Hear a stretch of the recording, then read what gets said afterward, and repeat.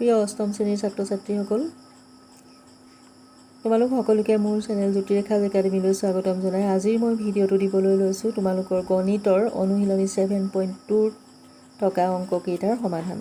ইতিমধ্যে তোমালোকক পূৰ্ণঘন সংখ্যা কি 7.1ত সেই কথাখিনি কোৱা হৈছিল আৰু গোটেইকেইটা অংকও কৰি দিয়া হৈছিল। আজি 7.2 অনুশীলনীটোতনো কেনেকুৱা অংক আছে চাওঁ আহা। প্ৰথমতে কৈছিলে 23ৰ ঘনৰ একক স্থানৰ অংকটো কি হ'ব। 23ৰ ঘনৰ একক স্থানৰ অংকটো কি হ'ব বুলি কওঁতে আমি যিহেতু এককৰ স্থানত 3 আছে, 23ৰ একৰ স্থানৰ সংখ্যাটো 3, গতিকে 3ক যদি আমি 3 বাৰ পূৰণ কৰোঁ 3 3 গুণ 9, 9 3 গুণ 27 পাম, অৰ্থাৎ একক স্থানৰ অংকটো হ'ব 7। গতিকে ইয়াৰ উত্তৰটো হ'ল 7। তাৰ পিছৰ অংকটো আছিলে তলৰ কোনটো সংখ্যা পূৰ্ণ ঘন। ইয়াত দিছিলে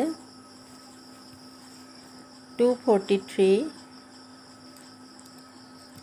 216, 392, 8640। এই সংখ্যাকেইটাৰ ভিতৰত পূৰ্ণ ঘন সংখ্যা হ'বলৈ হ'লে একক স্থানৰ অংকটো 2, 3, 7 নাইবা 8 থাকিব নোৱাৰিব। যিহেতু আমাৰ প্ৰথম অংকটোত একক স্থানত 3 আছিলে, গতিকে ই পূৰ্ণ ঘন সংখ্যা নহয়। তাৰপিছত একক স্থানত 2 আছিলে, গতিকে ই পূৰ্ণ ঘন সংখ্যা নহয়। 0 এটা থাকিলেও ইও পূৰ্ণ ঘন সংখ্যা নহয়, গতিকে ইয়াৰ পূৰ্ণ ঘন সংখ্যাটো হ'ব 216। তাৰ পিছৰ অংকটো আছিলে তলৰ কোনটো পূৰ্ণ ঘন নহয়।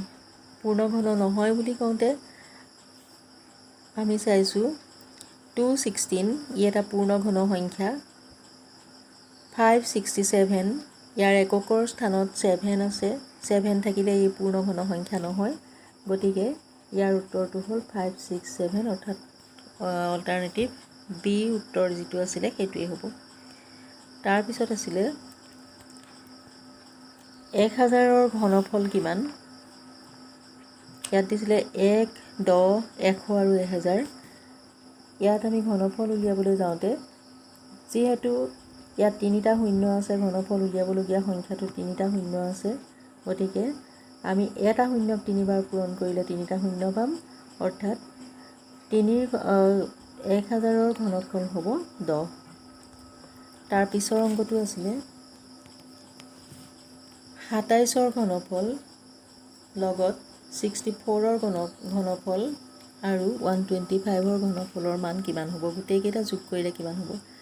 আমি ইতিমধ্যে গম পাই আহিছোঁ যে ঘনফল যদি আমি 27ৰ ঘনফল লওঁ তেতিয়া 3 পাম, 64ৰ 2 পাম, 3 2 5 হ'ল। তাৰপিছত 27ৰ 3 পাম, 64ৰ আমি পাম 4, 4 3 7 হ'ল, আৰু 125ৰ 5 পাম, 7ৰ লগত 5 যোগ কৰিলে 12 হ'ল, গতিকে ইয়াৰ ঘনফলটো হ'ল 12। পিছৰ অংককেইটা আছিলে মৌলিক উৎপাদক বিশ্লেষণ পদ্ধতিৰে ঘনমূল নিৰ্ণয় কৰা। 125 আমি 125ৰ উৎপাদক বিশ্লেষণ কৰি পালোঁ 5 × 5 × 5।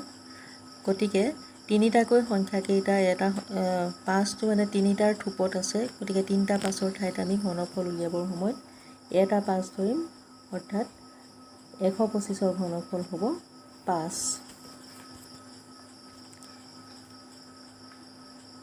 তাৰ পিছৰ অংকটো আছিলে 343। ইয়াৰো ঠিক তেনেকুৱাকৈ উৎপাদক বিশ্লেষণ কৰি আমি পালোঁ 7 × 7 × 7, অৰ্থাৎ 7 কিউব।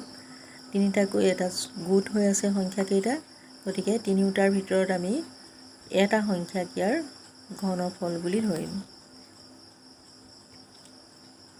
তাৰ পিছৰ অংককেইটাও একেটা নিয়মতে কৰি থোৱা আছে উৎপাদক বিশ্লেষণ কৰি। তোমালোকে অংককেইটা ভালদৰে চাবা, কোনো টান অংক নহয়, বুজিবলৈও নিচেই সহজ, বুজি পাবা নিশ্চয় সকলোৱে। পিছৰ অংককেইটা তোমালোকে উৎপাদক বিশ্লেষণ কৰি সেই উৎপাদককেইটাৰ পূৰণফলটো যেতিয়া আমি 3টাকৈ সংখ্যাৰ গোটত থোপত সজাম, সেই 3টা থোপত থকা সংখ্যাৰ ভিতৰত আমি ঘনফললৈ এটা সংখ্যা উলিয়াই আনিম। তেনেকুৱাকৈ দুটা যদি বেলেগ বেলেগ সংখ্যা থাকে ধৰি লোৱা এই অংকটোত 11 আছিলে আৰু 3 আছিলে, 3ও 3টাকৈ থোপত আছে, 11ও 3টাকৈ থোপত আছে, গতিকে আমাৰ ঘনফল হ'ব 11 পূৰণ 3 সমান 33। ঠিক আছে, আজিৰ ভিডিঅ'টো ইমানেই আছিল।